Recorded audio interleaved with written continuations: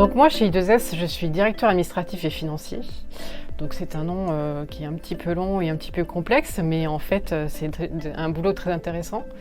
Donc en fait, j'ai un travail qui est quand même beaucoup formaté et lié à des obligations légales, tout simplement, avec des publications des comptes, des choses que doivent faire toutes les entreprises et qui sont obligatoires.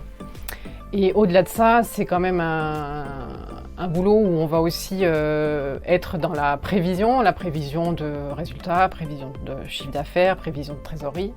Donc il va falloir apporter des éléments pour faire les bons choix dans l'avenir, pour qu'on fasse les bons choix stratégiques, on va dire. Donc c'est tous les éléments financiers qui tournent autour de ces choix-là. La particularité chez I2S, c'est qu'on est coté en bourse, donc ça implique pas mal de contraintes aussi au niveau publication, avec un calendrier de publication financière où on va devoir régulièrement donner des informations à nos investisseurs sur la santé de l'entreprise. Et puis quand même, DAF au milieu de I2S et dans toutes les boîtes, c'est participer à tous les flux qui se passent dans l'entreprise et être au cœur des différents process pour savoir comment ils fonctionnent et analyser les résultats de l'entreprise à partir de ces process-là.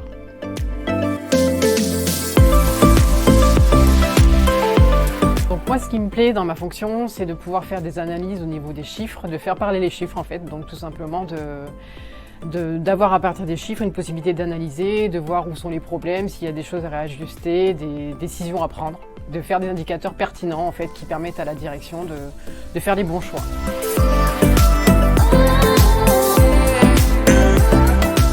Alors, si je choisis 3 mots qui vont bien avec mon poste, bon, alors je dirais en premier rigueur, hein, même si ça ne fait pas trop envie, mais rigueur, si on n'en a pas dans ma fonction, c'est compliqué. On est obligé de s'organiser, de gérer par priorité. Donc je dirais que priorité, c'est le deuxième mot où vraiment il faut cadencer les choses et choisir le bon timing pour respecter les délais. Et enfin, je dirais quand même une partie communication aussi, où il va falloir apporter des analyses sur les chiffres, mais effectivement des analyses qui soient compréhensibles par tous. Donc ne pas rester dans le petit monde de la finance et pouvoir expliquer aux gens ce que signifient les chiffres et en quoi ils peuvent avoir une action sur l'amélioration, par exemple, des résultats.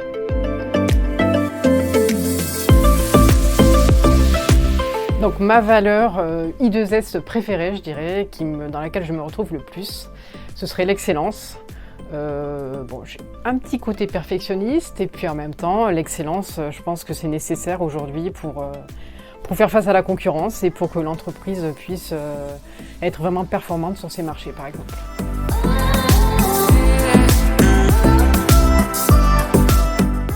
Alors, si on me demandait de citer une anecdote qui a marqué ma carrière, bon, c'est pas vraiment une anecdote, mais c'est un petit peu un fil conducteur qui a marqué ma carrière, c'est au niveau des postes que j'ai pu tenir. Donc moi j'ai eu 4 postes de DAF dans 4 entreprises différentes.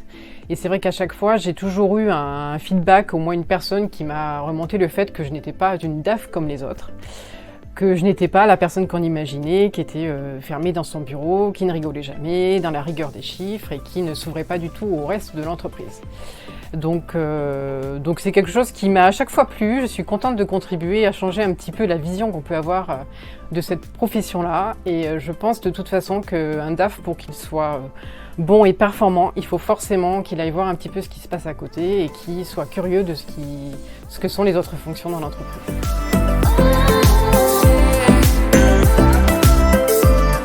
Pour vous montrer un objet qui m'est indispensable dans mon métier, donc cette petite clé qu'on appelle aussi un certificat en fait. C'est un outil qui me permet de faire des virements bancaires, donc par rapport à la sécurité bancaire et tout ce qui se passe, piratage, etc. On est obligé d'avoir vraiment des contraintes et des particularités. Donc sans cet objet, sans mon PC, sans mon mot de passe, il ne se passe aucun virement de salaire, aucun paiement de fournisseur et donc rien qui ne peut sortir de la trésorerie de la société. Voilà.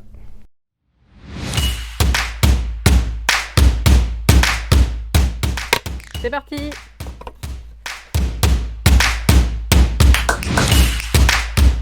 Un jacuzzi, c'est quand même vachement mieux l'hiver et tout, à l'intérieur, pas de sujet là. Toujours pareil, voir, je préfère avoir des certitudes que vaguement des suppositions. Se coucher tôt, quel bonheur!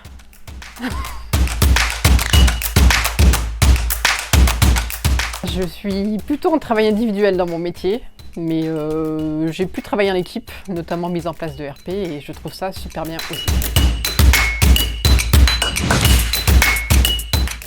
PNL, c'est plus concret, c'est plus ce qui se passe vraiment. Je sais pas jouer à la belote déjà, et karaoké à fond. Infiniment petit ou infiniment grand?